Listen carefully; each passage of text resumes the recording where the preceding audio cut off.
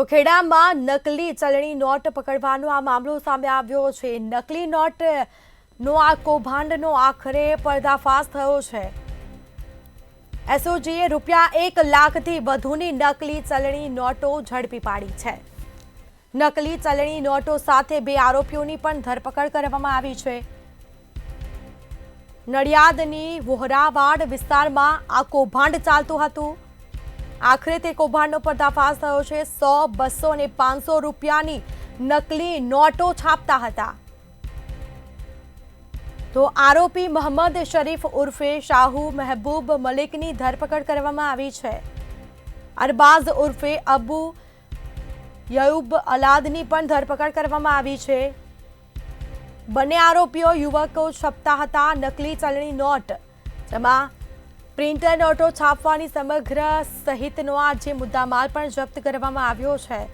નડિયાદની વોહરાવાડ વિસ્તારમાં મસમોટું આ કૌભાંડ ચાલતું હતું।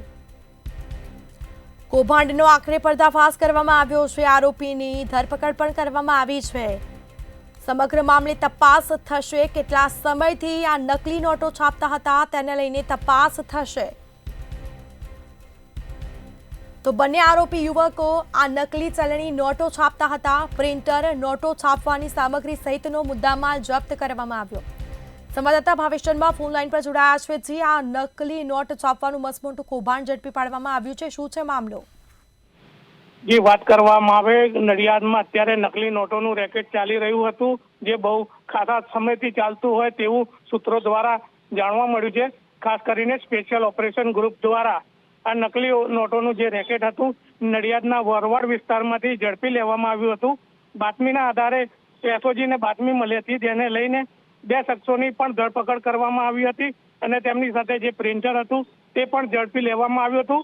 100, 200 અને 500ની નોટો, જે નકલી નોટો હતી, તેમને ઝડપી લેવામાં આવી હતી। અને ખાસ કરીને વાત કરવામાં આવે, અત્યારે સમગ્ર વિસ્તારને કોર્ડન કરીને એસઓજી દ્વારા અત્યારે સમગ્ર તપાસ ચાલી રહી છે। જી, અને જેમાં મોહમ્મદ ઉર્ફે શાહુ અને મહેબૂબભાઈ મલિક અને અનેક અફઝર ઉર્ફે આબુ અયુબભાઈ અલાદ બંને યુવકો છપાતા હતા। સમગ્ર નોટોનું, ચલણી નોટોનું સામ્રાજ્ય ચલાવતા હતા। જી, બિલકુલથી તમામ જાણકારી આપવા બદલ આપનો આભાર। તો નડિયાદની વોહરાવાડ વિસ્તારમાં મસમોટું કૌભાંડ ચાલતું હતું।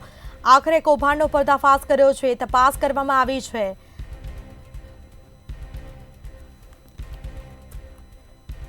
તો સાથે આરોપીની પણ ધરપકડ થઈ છે।